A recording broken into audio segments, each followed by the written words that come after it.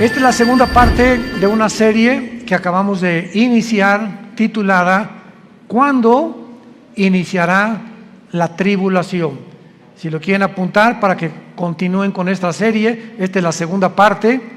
En la primera parte que compartí hace algunas horas, pues di un panorama geopolítico de toda la situación que ha suscitado la invasión a Ucrania, la alianza rusa, China, iraní y Turquía, profetizada hace 2700 años, la forma como el mundo se ha desarticulado a tal grado donde pues ya realmente la gente están como borreguitos, siguiendo todo lo que se les dice, sin investigar, sin usar el sentido común, sin consultar con expertos acerca de todo lo que está pasando. En fin, vivimos un mundo muy difícil.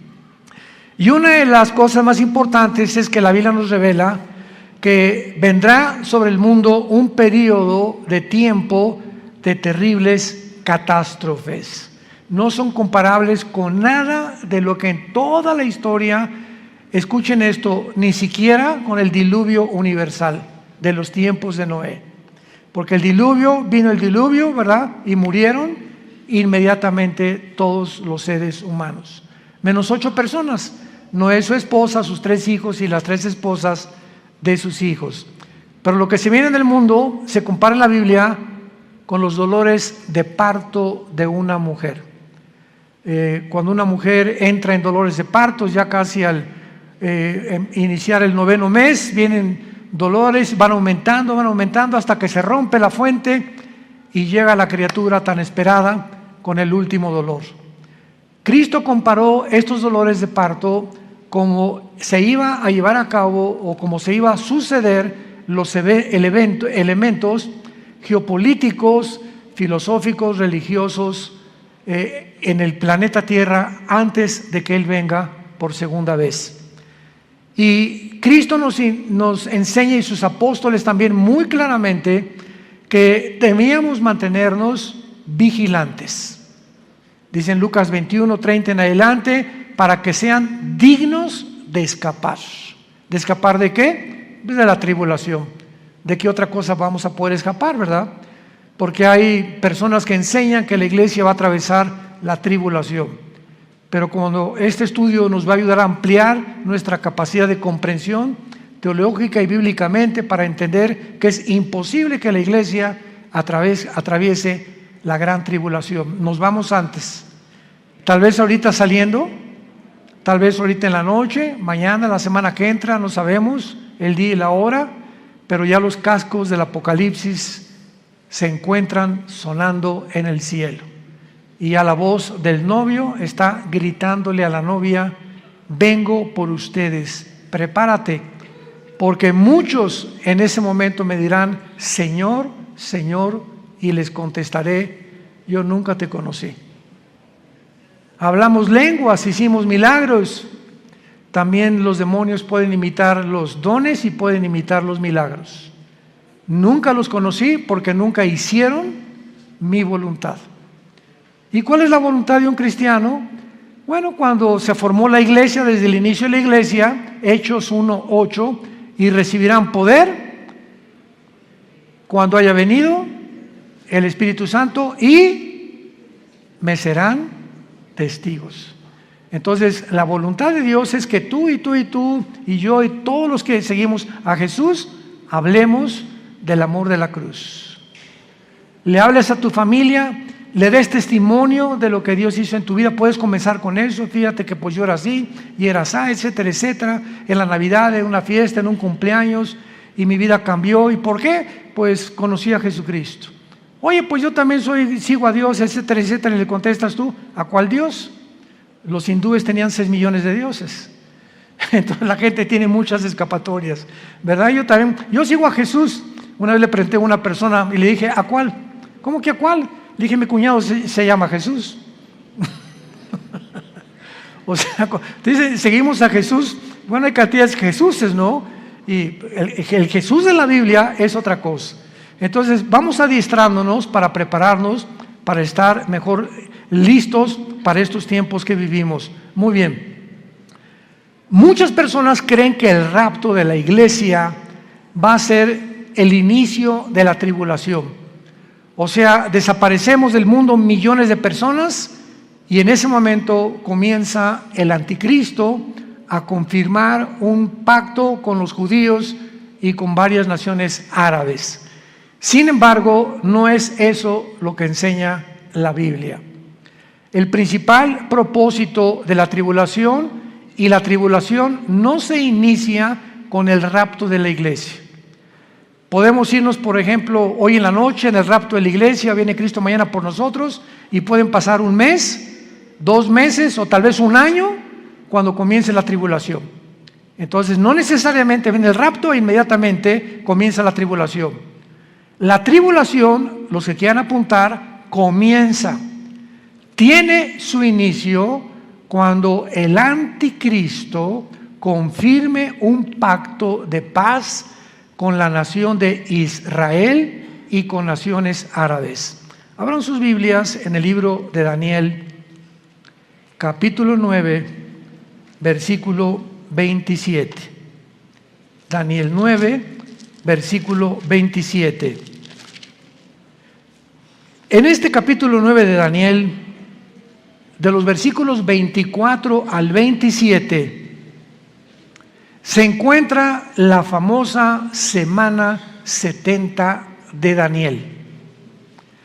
Porque hace 2600 años, Daniel se encontraba en Babilonia cuando comenzó a leer al profeta Jeremías. Y Daniel descubre, leyendo el profeta Jeremías, de que el exilio o todo ese tiempo en que Nabucodonosor se llevó a los judíos a Babilonia, los 70 años de exilio estaban por terminar. Y Daniel se sorprendió, era un hombre de Dios que oraba 3 veces al día, en la mañana, en la tarde y en la noche. Estamos hablando de 1 a 2 horas diarias, perdón, en cada término de su oración. Entonces se hinca Daniel en el capítulo 9 y comienza a orar a Dios. Señor, ya va a terminar la cautividad babilónica. Jeremías profetizó que serían 70 años, y como él era un hombre que estudiaba la Biblia, como muchos cristianos, me espero que lo estén haciendo, estaba consciente de lo que iba a pasar. Entonces Daniel, después de orar, Dios le manda un ángel, y el ángel baja del cielo, y antes de que el ángel llegue a Babilonia o a donde estaba Daniel, Satanás envía a otro principado, al principado tal vez de Grecia o de Persia, para impedir que el ángel que mandaba Dios llegara a la tierra y le diera a Daniel el programa o la respuesta de cuánto faltaba para que Dios terminara con la nación de Israel.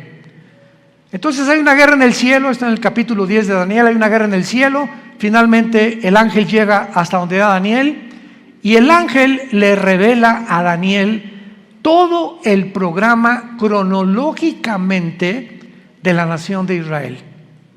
Porque todo el Antiguo Testamento, el pueblo de Dios es Israel.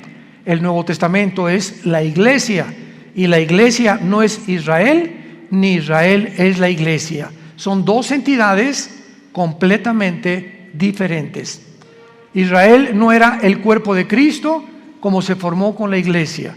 Nosotros somos el cuerpo de Cristo. Israel era la esposa del Padre, y Dios se divorcia, le da cartas de divorcio a Israel, y hasta el momento Israel, el antiguo pueblo de Dios, se encuentra en la banca. Y Dios forma a una entidad nueva que se llama la iglesia desde hace 2000 años, después de la resurrección de Jesucristo y desde el día de Pentecostés. Entonces la iglesia es una entidad completamente diferente de Israel. Entonces Dios, el ángel le dice a Daniel: Daniel, Dios tiene 490 años en su programa para terminar con la nación de Israel. Y la palabra que se usa aquí son 70 semanas. Así dice el versículo 24. 70 semanas están determinadas, decretadas sobre tu pueblo Israel y sobre tu santa ciudad Jerusalén. Los judíos tenían semanas de días y tenían semanas de años. Y aquí es lógico, ¿verdad? Por el contexto, que no está hablando de semanas de días, como lo vamos a comprobar. Entonces, 70 años están decretados para Israel, para que Dios ya acabe finalmente con toda la historia de Israel. Y el ángel le dice a Daniel: desde que se comience a restaurar la ciudad de Jerusalén, porque en aquel tiempo llegaron los babilonios, llegaron los medos persas, llegaron todo, ¿verdad? Y acabaron con Jerusalén. Cuando comience a ser restaurada Jerusalén hasta el Mesías, habrá 483 años. 483 años, o sea, 6 semanas, que son semanas de años, vuelvo a repetir. ¿Cuándo se comenzó a restaurar Jerusalén? Nehemías, capítulo 2, del 1 al 6. Cuando el rey Artajerjes de Persia le ordena a Nehemías y le da permiso para que regrese a Jerusalén, que estaba hecha a pedazos, y comience su reconstrucción. Y del momento de que se decretó el regreso o la restauración de las murallas de Jerusalén hasta el Mesías, matemáticamente, damas y caballeros, santos de Dios, lo comentaba en la conferencia anterior, para cualquier ateo, cualquier escéptico, cualquier agnóstico que esté buscando evidencias en la Biblia, esto es extraordinario. Fueron exactamente, desde la reconstrucción de Jerusalén hasta la muerte de Jesús, 483 años. ¿Faltan cuánto? Faltan una semana, o sea, 7 años. Por eso se llama la semana 70 de Daniel. Entonces, los judíos rechazan al Mesías y se interrumpe el reloj cronológico de Dios. Y le dice Dios a Israel: no me vas a volver a ver, Jesús, con las palabras de Jesús, hasta que digan Baruch Hashem Adonai Eloheinu, que significa en el hebreo: bendito el que viene en el nombre del Señor. Hasta que ustedes me reconozcan como Mesías, no vuelvo a tratar con la nación de Israel. Entonces Dios se vuelve y forma una nueva entidad llamada la iglesia. Y la palabra iglesia, eclesia en el griego, significa los que Dios llama fuera del mundo espiritualmente. Nos envía Dios a su espíritu a morar dentro de nosotros para que tengamos el valor. No nos dio espíritu de cobardía, le dice Pablo a Timoteo, sino de poder y dominio propio, para que tengamos el valor de hablar del Mesías al mundo, de hablar del amor de Dios a mi familia, a mis suegros, a mis hijos, a mis padres, a mis compañeros de la oficina, en el bufete, en el consultorio médico, para hablar y decirle al mundo su necesidad profunda, intrínseca, de recibir al Salvador. Ese es el valor que una persona que no tiene a Cristo no testifica. Si tú te llamas cristiano y nunca has hablado de Cristo, dudo que tu cristianismo sea real. Muy bien. Entonces, esta semana que le falta Dios a tratar con Israel, se interrumpe por el periodo o la dispensación de la época de la iglesia, que tiene que durar 2000 años. ¿Por qué 2000 años? Porque de Adán a Abraham, 2000 años, de Abraham a Cristo, 2000 años, y de Cristo a cuando termina la iglesia, 2000 años, o sea, 6000 años. Dios creó el mundo, el universo, en 7 días, ¿se acuerdan? Génesis capítulo 2. Entonces, este séptimo día, dice el Salmo 90 y 2 de Pedro 3, que para Dios un día son 1000 años, y 1000 años es como un día. Entonces, Dios establece su reloj cronológico desde los 6 días de la creación, que son un símbolo de lo que va a durar la historia del ser humano en este planeta. 6000 años nada más. Y cuando entremos al milenio, al séptimo día, vamos a entrar al reino mesiánico que serán nuestras vacaciones. Pero ya no vamos a hablar de eso ni nos vamos a adelantar. Es importante que nos ubiquemos ahorita en lo que estamos hablando de la semana 70 de Daniel. Entonces, Israel, ahí nos vemos. Ya no te voy a ver hasta que usted me reconozca. Mientras tanto, Dios se voltea, porque la Biblia dice, los ojos de Jehová están sobre los justos. Y cuando habla la Biblia de los ojos de Jehová, se refiere a su presencia. Entonces, cuando Dios dice, me volteo y no te veo, significa, Dios te ha dejado. Haz lo que tú quieras, Pepito, haz lo que quieras, Carmelita, ya no me vuelvo a meter con tu vida.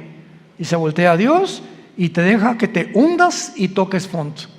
Es la forma como Dios juzga a los seres humanos. Si cuando venga tribulación y angustia me buscarás, y entonces no responderé. Porque no es cuando tú quieras, es cuando oigas su voz, no te endurezcas.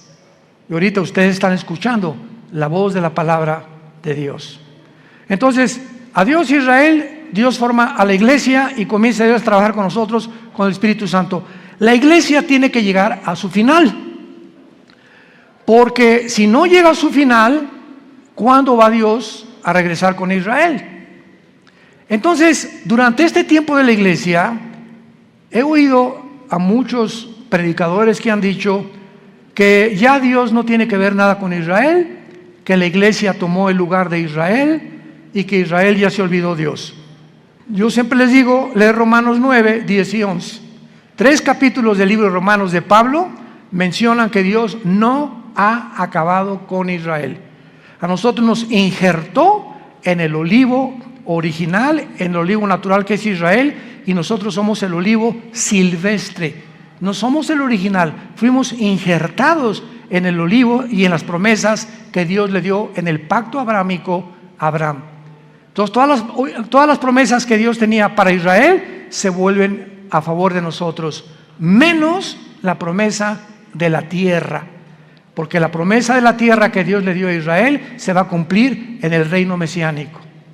Entonces, ahora que Dios se está tratando con la iglesia tiene que salir del mundo para que estos 7 años que quedan de la semana 70 de Daniel, que se llaman los 7 años de la tribulación, y vamos a ver qué otros términos se usan en la Biblia, Dios trate con Israel y los meta a un horno.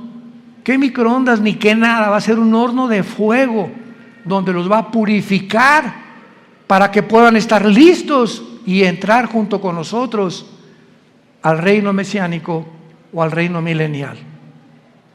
Pero veamos el versículo que más nos interesa, que es el versículo 27 de Daniel 9. Y por otra semana, o sea, por otros 7 años, ahí está la semana 70 de Daniel, es la semana que falta para Israel, que son los 7 años de la tribulación. Y por otra semana está hablando del anticristo. Confirmará el pacto con muchos. A la mitad de la semana hará cesar el sacrificio y la ofrenda, y después, con la muchedumbre de las abominaciones, vendrá el desolador, que es el anticristo, hasta que venga la consumación y lo que está determinado se derrame sobre el desolador. Santos de Dios, este versículo 27, por eso la Biblia es más moderna que el periódico de mañana en la mañana. La Biblia es más moderna que cualquier noticia que el mundo pueda sacar, porque todo Dios lo puso con anticipación para que cuando suceda nos acordemos que Dios es el Dios que conoce el futuro. Y ese es el verdadero Dios al quien tú y yo estamos sirviendo. Noten ustedes, hablando del anticristo, versículo 27, y vamos a traducirlo, por 7 años el anticristo va a confirmar, no a afirmar. ¿Ya lo vieron? Confirmar un pacto. Esto significa que cuando nos vayamos nosotros y el anticristo se siente con los rabinos judíos o con los gobernantes de Israel actuales, o no sabemos quiénes serán, para firmar un pacto, confirmar un pacto, estos gobernantes judíos van a aceptar que este hombre les garantice la paz por 7 años, por la semana 70 de Daniel, que son 7 años. Entonces el anticristo les va a decir: por 7 años les garantizo que ninguna fuerza externa, ningún poder, ni Rusia, ni China, ni nadie los va a atacar. Pero al mismo tiempo dice: confirmará el pacto con muchos, aparte de Israel. ¿Quiénes son estos muchos? Las naciones árabes, que han sido su principal enemigo de Israel. Ahora, qué maravilloso. Desde 1948 que Israel se estableció como nación soberana, independiente y libre, y el mundo estupefacto volteó hacia Israel, en un día se formó una nación, después de casi 2000 años que estuvieron exiliados por todo el mundo. Entonces, esto es impresionante, porque desde 1948 hasta principios de este siglo, síganme con cuidado, hasta principios de este siglo, solo dos naciones árabes habían firmado pactos de paz con Israel: Jordania y Egipto, que todavía permanecen estos paz con Israel. Pero en estos últimos meses de la administración de Trump y la administración de los demócratas en Estados Unidos, las naciones árabes, aparte de Egipto y Jordania, cosa que nunca se había visto en la historia, comenzaron a decirle a Israel: ¿nos das chance de estar bajo tu paraguas? ¿Qué? ¿What? ¿Nos das oportunidad de que quedemos bajo su protección? ¿Cómo? ¿Qué hizo que las naciones árabes comenzaran? Bahrein, los Emiratos Árabes Unidos, Sudán, Marruecos, le estén pidiendo ayuda a Israel a entrar en lo que se llama el Acuerdo de Abraham, que firmó Israel con los Emiratos Árabes, con Bahrein, puras ciudades árabes, y últimamente ya son casi 6 o 7 naciones árabes que están bajo el paraguas de Israel por causa de Irán. Porque Irán comienza a bombardear a Arabia Saudita hace 1 o 2 años, a sus pozos petroleros, y Estados Unidos no interviene, ni tampoco Israel, porque Israel no tiene ningún pacto con Arabia Saudita, es la nación más grande de toda la península arábica. Entonces se dan cuenta los árabes que si Estados Unidos no los protege ya, solamente les queda la aviación y el ejército de Israel, que es el ejército más poderoso del mundo entero. Así de chiquititos, pero bien picosos. Entonces comienzan a pedirle ayuda a Israel: oye, vamos a un acuerdo. Israel feliz, ¿verdad? Porque ahora Israel les da protección y se están protegiendo más y más y más. Y cuando dice que el anticristo va a firmar con Israel y con muchos, ya son 7 naciones árabes las que han firmado el Acuerdo de Abraham. Falta Arabia Saudita. Y Arabia Saudita, ahora que vino el presidente Biden a Arabia, todo el mundo, primero fue Israel, después fue Arabia, todo el mundo estaba esperando porque él venía a eso. Pues vamos a convencerlos de que firmen y se unan a Israel. Pues el jeque de Arabia Saudita le dijo al presidente Biden: no vamos a firmar ningún tratado de paz con Israel, porque tenemos una sola condición: cuando Israel haga la paz con los palestinos y Israel le permita a los palestinos poner un estado palestino dentro de Israel, firmamos el Acuerdo de Abraham, cosa que los judíos nunca van a hacer. Así que le están pidiendo, ¿verdad? Algo que está completamente en contra de la misma política de hace más de 75 años que se formó Israel, para que ellos permitan que los palestinos formen un estado dentro de Israel. Imagínense, ahorita están los palestinos en la Franja de Gaza, están en el Banco Oriental, en Jericó, y están en la frontera con Galilea, en las colinas del Golán, Siria, apuntando los cañones contra Israel. Entonces imagínense que en México haya 2 Méxicos. O sea que la península de Yucatán y Chetumal, etcétera, etcétera, le digan al presidente: pues nos independizamos del gobierno mexicano, pero vamos a estar dentro de la República Mexicana, pero con 2 gobiernos. Vamos a hacer completamente 2 gobiernos, y va a haber 2 gobiernos dentro del mismo terreno geográfico de la República Mexicana. Pues esperamos guerras, ¿verdad? Esperamos siempre haber problemas, porque pues ¿cómo vamos a poder estar 2 presidentes gobernando el mismo terreno geográfico que nos pertenece desde hace miles de años? Entonces Arabia Saudita está ahorita completamente descansando, ¿verdad? Está en pausa hasta que Israel le conceda a los palestinos tener una nación dentro de Israel, cosa que va a suceder. ¿Dónde lo encontramos? En el libro de Joel, en el Antiguo Testamento. Ahí denle la vuelta a Oseas, después de Daniel, para que no se vayan hasta Génesis. Y luego sigue Joel, no se pierdan tanto. Y aquí en el libro de Joel, capítulo 3, que describe la Tercera Guerra Mundial y la venida de Jesucristo, dice así, Joel capítulo 3, versículo 1 y 2, principalmente.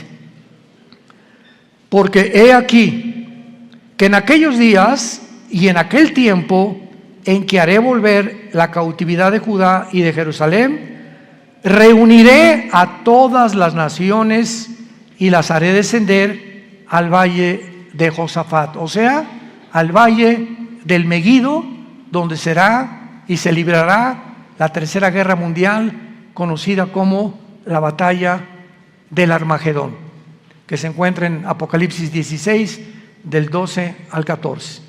Los reuniré en el valle de Josafat, y allí entraré en juicio con ellas a causa de mi pueblo y de Israel, mi heredad, a quienes ellas esparcieron entre las naciones y repartieron mi tierra. Una de las razones por las cuales Dios se va a enojar con la nación de Israel es que van a acabar cediendo a la presión de otras naciones para permitir dos naciones dentro de una nación. Repartieron mi tierra, la tierra que Dios le prometió a Abraham, a Isaac y a Jacob. Muy bien, ahora veamos este famoso pacto de paz o tratado que confirmará el anticristo, porque hay 5 cosas claves de este tratado, los que lo quieran apuntar. Número 1, el tratado de paz que el anticristo va a confirmar con Israel será entre Israel y el anticristo, involucrando a naciones árabes. Número 1, involucrando a naciones árabes. Puesto que el anticristo tiene que surgir de alguna de las naciones que formaron el antiguo imperio romano, él será el principal protagonista. Ahora vean esto. Para los judíos el anticristo va a ser casi como un Mesías, porque para que hayan confiado que nadie los va a agredir y para que el anticristo tenga el poder de detener a naciones que sean contra Israel, es porque el anticristo va a ser un personaje sobrenatural, controlado por un principado completamente angelical, un principado de Satanás. Ahora esto es muy importante, ¿verdad? Porque él va a ser el principal protagonista y él no va a permitir que nadie los ataque. Antes de que el anticristo firme este tratado, va a haber 2 guerras en Israel, que están mañana en el periódico delante de nosotros. La primera es la del Salmo 83.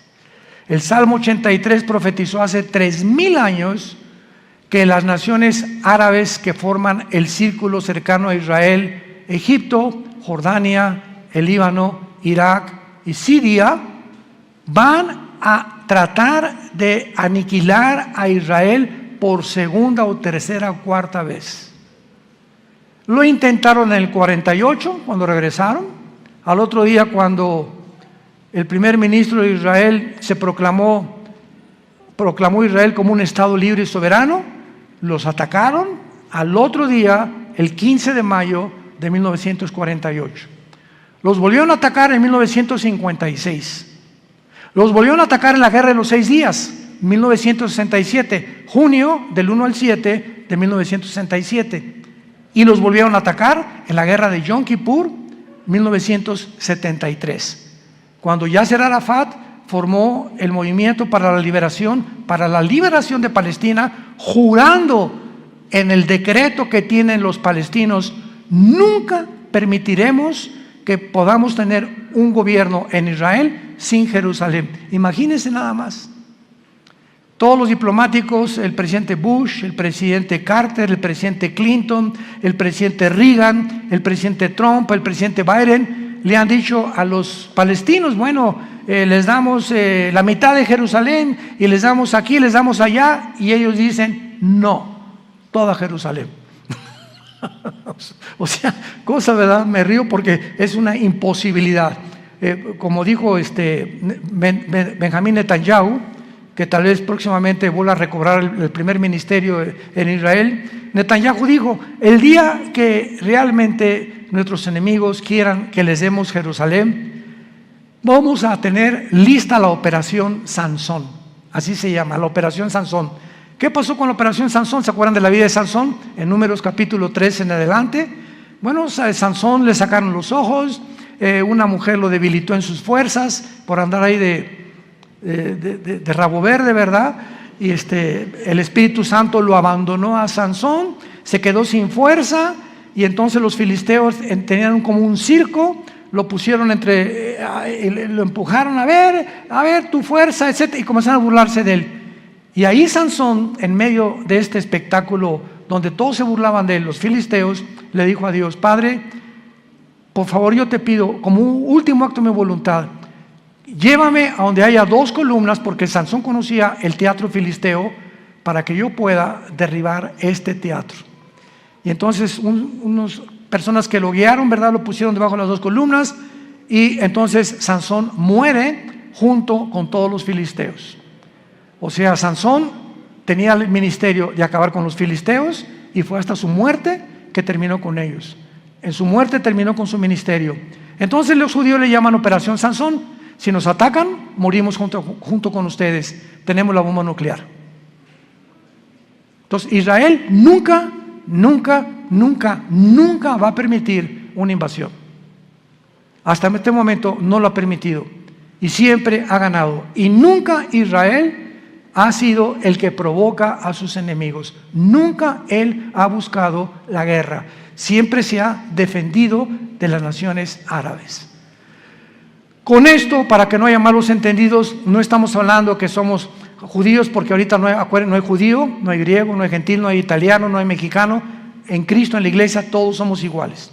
Y ahorita los judíos tampoco son parte de Dios. Están en la banca. Ahorita la iglesia son los ojos y el interés principal de Dios el Padre. Pero Dios va a regresar con ellos cuando la iglesia no está en el mundo. Esta guerra del 83 no tarda en liberarse, porque Irán sigue amenazando a Israel. Esta semana Israel bombardeó el aeropuerto de Alepo, donde encontraron que había aviones cargados de armas iraníes que estaban proveyéndoselas a los sirios para atacar a Israel. Entonces, ahorita Israel anda, ¿verdad?, pero con los ojos abiertos, con sus aviones F-35, vigilando por todos lados, que no haya movimientos de armas de Irán, principalmente a Líbano, a Siria o a Irak, porque son las naciones donde Irán tiene la supremacía. Irán ahorita sostiene a Hezbollah, el grupo terrorista más grande del mundo en el Líbano, sostiene a los yudis en Yemen, en la península arábica, y sostiene al grupo de Hamas en la franja de Gaza o en la franja de los palestinos. Así que Irán ahorita es el peligro número 1 del Medio Oriente, y es el que va a iniciar esta guerra para que ataquen a Israel. Muy bien. Después de esta guerra, que tal vez nosotros la vayamos a oír en estos días, porque ya no tarda ahorita con tantos viajes que está bombardeando Israel y a Siria e Irán, y van a tener que responder, y se va a armar un conflicto bélico muy grande. Israel va a volver a ganar, de acuerdo al Salmo 83, va a volver a ganar. Y después de la guerra del 83, viene la guerra de Gog y Magog. Ezequiel 38 y Ezequiel 39. En el Antiguo Testamento. ¿Cuál es la guerra de Gog y Magog? Cuando Rusia, Putin, vea que ya los judíos vencieron a los árabes. Ahorita Putin está reuniendo a todas las naciones islámicas del mundo entero bajo su sombrilla. Y bíblicamente, en Ezequiel 38, las naciones que van a estar en la región de Magog. Magog es una zona geográfica que comienza desde Finlandia, el mar Báltico, baja por Ucrania. Ucrania pertenece a Magog, por eso nunca se va a salir Putin de Magog, de Ucrania jamás. Kirguistán, Uzbekistán, Kazajistán, Afganistán, Pakistán y todas las regiones del mar Báltico y del mar Negro que están al sur de Rusia, que se dividieron de Rusia en 1991, cuando el comunismo cayó, se perdió Rusia, la Unión Soviética, el 30% de su territorio, que son todas estas naciones que ahora son independientes de Rusia. Pues Putin, su propósito es reunirlas a todas, y todas son musulmanas, menos Ucrania. Todas son musulmanas, menos Ucrania. Y todas estas naciones se van a unir después de la guerra del 83 para venirse en contra de Israel. Qué interesante que Putin tenga semanas buscando alianzas con todas estas naciones. Ya está en Kazajistán, acaba de salir de Kazajistán hace algunos días y va a comenzar a recorrer o a hacer una campaña para unir estas naciones y se cumpla Ezequiel 38 y 39, que será la guerra de la antesala de la guerra del Armagedón. Y pienso de una forma particular que estas dos guerras, la del Salmo 83 y la de Ezequiel 38 y 39, van a suceder antes de que nos vayamos de este mundo. Es posible que veamos y seamos testigos de estas dos invasiones. Y el anticristo, viendo que otra vez derrota Israel a Rusia, porque viene de Rusia con Gog y las naciones musulmanas, entonces el anticristo va a ser el papucho de papuchos. Y ya no va a haber nadie que le pueda hacer frente en el mundo entero, porque ya acabó Rusia, ¿verdad? Ya acabaron las naciones árabes, el primer círculo, los musulmanes ya no van a tener el poder para poder atacar a Israel. Entonces el anticristo va a erigirse como el dictador número uno del mundo entero, y el anticristo va a unir a Europa con el Medio Oriente. Se van a formar dos continentes, Asia, Medio Oriente y Europa, en una mezcla. Daniel capítulo 7, los 10 cuernos y los 10 dedos de la estatua de Nabucodonosor, y de entre estas 10 naciones, 5 de Europa y 5 del Medio Oriente, dentro de una de ellas, Daniel 7 dice, surgirá el anticristo. Así que no especulemos que el anticristo es el Papa, o que Obama tiene cara del anticristo también, o que el príncipe Felipe por aquí por allá, o que Gorbachov se murió hace 3 días, así que tampoco podía ser el anticristo. Decían que porque tenía un lunar aquí era el 666. Bueno, ha habido tantas especulaciones, ¿no? Nunca sabremos cuándo va a surgir el anticristo hasta que oigamos. Pongan atención, santos de Dios, hasta que oigamos. Se formó un G10, ahorita hay un G7. 5 naciones de Europa, viendo que ya no pueden subsistir por el gas que Rusia les está impidiendo tener ahorita el invierno de este año en la Unión Europea, ha aumentado el gas en cada nación de Europa 10 veces más. Entonces Europa se encuentra hundiéndose económicamente, y ahora sin gas, porque Rusia le está cerrando ya la llave por haber tratado de ayudar a Ucrania. Va a quedar Europa tambaleándose, ¿verdad? Y no hay mejor caldo de cultivo para un dictador que cuando una nación está en problemas, como lo fue para Adolfo Hitler.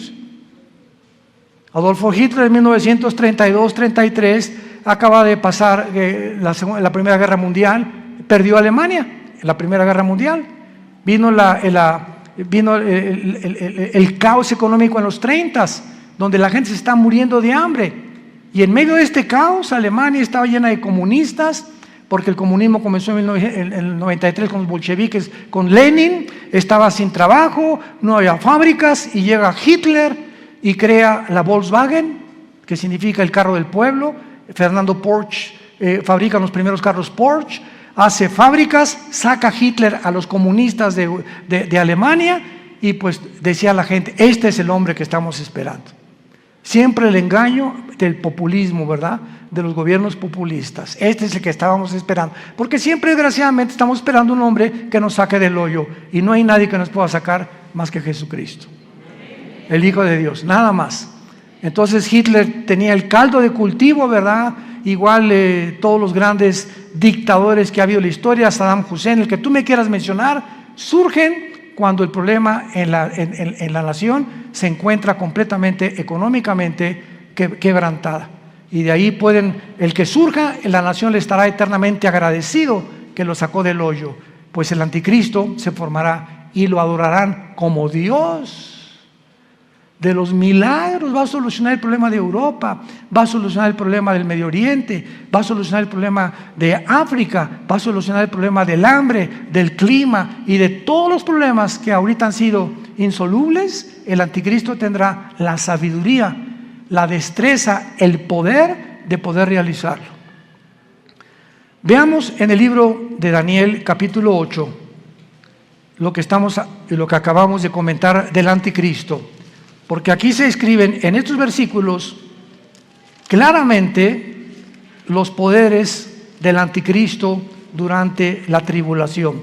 Daniel 8, 23 al 25.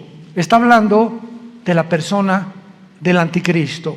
Escuchen con mucha atención. Y al final del reinado de estos, cuando los transgresores lleguen al colmo, se levantará un rey altivo, de rostro y entendido en enigmas. Su poder se fortalecerá, mas no con fuerza propia, y causará grandes ruinas y prosperará, y hará arbitrariamente y destruirá a los fuertes y al pueblo de los santos.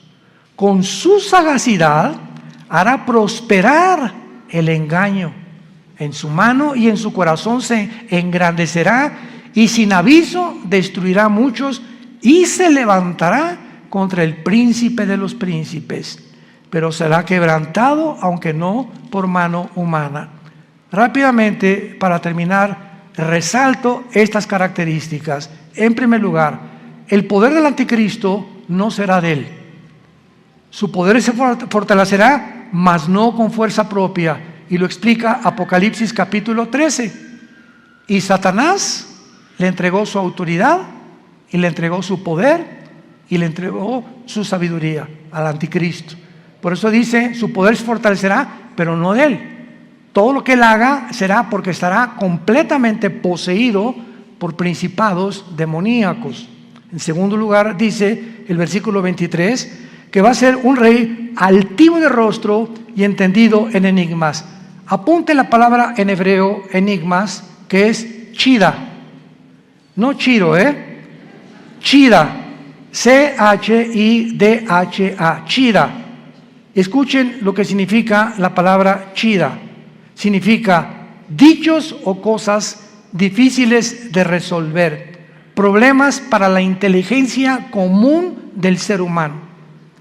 O sea, que él va a tener una capacidad sobrenatural, científica, filosófica, política, religiosa, que va a asombrar a la mente más brillante que pueda en ese tiempo existir en el mundo. Entendido en enigmas, su poder se fortalecerá, prosperará y hará arbitrariamente y destruirá a los santos con su sagacidad.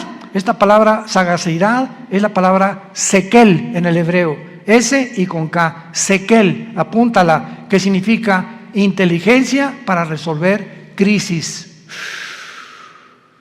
Con su inteligencia para resolver crisis hará prosperar el engaño. O sea, todo su reino será de engaño, de mentiras, de promesas falsas, porque a los 3 años y medio, en lugar de los 7 años, entrará al templo judío, les permitirá reconstruir el tercer templo a los judíos, los traicionará a los judíos y comenzará la persecución. Mateo 24, 15 al 20. Así que nos encontramos, hermanos, ante un panorama delante de nosotros que es muy claro, porque será un pacto firme el que él va a confirmar. Va a iniciarse con 7 años de falsas promesas. Les dará a los judíos el derecho de reconstruir el templo, y a los 3 años y medio profanará el templo, persiguiendo a los judíos y a los cristianos que queden en aquellos días. Tenemos ante nosotros una película, por eso se llama el Apocalipsis. ¿Saben qué significa la palabra Apocalipsis? Viene del griego descorrer la cortina, es lo que significa, descorrer la cortina. Dios en el Apocalipsis nos descorre las cortinas que nadie con su inteligencia natural o humana puede penetrar en el futuro más que el Dios de la Biblia. Nos corre y nos abre la ventana para que nos asomemos y nos diga: he aquí, vengo en breve. Dichosos los que lavan sus ropas para tener derecho al árbol de la vida, y para que sepan que en cualquier momento vengo por ustedes, y muchos se arrepentirán, se jalarán los pelos al darse cuenta que era demasiado tarde, porque nunca hiciste firme tu vocación y tu elección. La puedes tú hacer en esta tarde a través de la convicción que el Espíritu Santo causa en tu corazón. Oremos. Te damos gracias, Padre y Dios de Jesucristo nuestro Señor, el gran pastor de las ovejas, por el pacto sempiterno. Oramos que Dios te haga hacer, que te motive, y que tu pueblo pueda despertar, Señor, porque tu pueblo está dormido. Hay un engaño operando en el mundo entero ya, haciéndonos creer cosas que no son reales. Los medios de comunicación están llenos de mentiras, falsedades por todos lados, donde el mundo ya no sabe qué creer y qué no creer. Pero tenemos la palabra profética más segura, a la cual haríamos bien en estar atentos como una antorcha que alumbra en lugar oscuro hasta que el lucero de la mañana salga en nuestros corazones. Gracias, Padre, por tan grande salvación, por esa cruz donde tu Hijo le pusieron espinas en la cabeza, clavos en las manos y clavos en los pies, y desangrando y agonizando, Él pudo expresar las palabras más sublimes que un hombre en ese estado pueda expresar: perdónalos, porque no saben lo que hacen. Pero en este momento tú ya sí sabes que Él murió por ti, para pagar por tus pecados, que fue enterrado, crucificado y resucitado a los 3 días, y que tú necesitas abrazar esa cruz hoy, que tu corazón está preparado, e invitarlo a tu vida como tu Señor y Salvador. Dile estas palabras desde lo profundo de tu alma, si quieres en este momento arrepentirte de tu vida y entregársela a Dios. Padre, te pido perdón por mi vida, por mis pecados. Creo que en esa cruz con tu sangre pagaste por ellos, y que a los 3 días resucitaste de los muertos. Y porque creo que vives, Jesús, te pido que entres a mi corazón como mi Señor y mi Salvador. Te doy gracias por la vida eterna y por lo que harás en los pocos días que me quedan de vida para hablar de ti, Señor. No perderé ninguna oportunidad ya en la vida de dar testimonio de tu gracia y amor en la cruz. En el nombre de Jesús. Amén. Gracias a Dios por esta palabra. Gracias a Dios por este libro maravilloso que Dios nos ha dejado. Ámala. Lee la Biblia, estudia la Biblia, memoriza la Biblia, medita la Biblia, día y noche. Y Dios te promete, el Dios que inspiró este maravilloso libro, que es un compendio de 66 libros, que Él te hará prosperar en todo lo que tú hagas, si tú buscas a Él y su reino en primer lugar. Y Él no es hombre para que mienta, ni hijo de hombre para que se arrepiente. Lo que Dios cumple lo va a hacer realidad en tu vida. pero tú tienes que apegarte, abrazar, arraigarte a esta palabra santa. En la mañana ábrela en los Salmos, en Proverbios, en Juan, léela 15 minutos, 20 minutos. Antes de leerla, Padre, abre mi corazón a tu palabra, dame entendimiento, Espíritu Santo. Ahorita vamos a comer todos. No están ayunando, ¿verdad? Y antes de comer, donde quiera que estés, ahora agarra a tu mamá, a tu esposa, que tal vez no habías hecho. Padre, gracias por estos taquitos de barbacoa. Gracias, Señor, por esta comida, en el nombre de Jesús. Y comenzamos ya a vivir una vida de agradecimiento al Creador y al que dio su vida en una cruz por nosotros. Antes de acostarte, Padre, gracias por este día. Me acuesto en paz, me acostaré y así mismo dormiré, porque tú me haces vivir confiado. Quiero dormirme como un angelito sin pensar en nada, porque mañana tú me dirás qué cosa tengo que hacer. Pero comienzas a experimentar una paz que sobrepasa el entendimiento, que nunca habías experimentado hasta el momento que recibes a Cristo. Hola, ¿sabías que puedes ver este video y otros dentro de nuestro canal de YouTube? Nada más recuerda suscribirte a nuestro canal y activar la campanita para que te puedan llegar las notificaciones cada vez que cargamos un video nuevo y puedas ser el primero en verlo y disfrutar de todo nuestro contenido.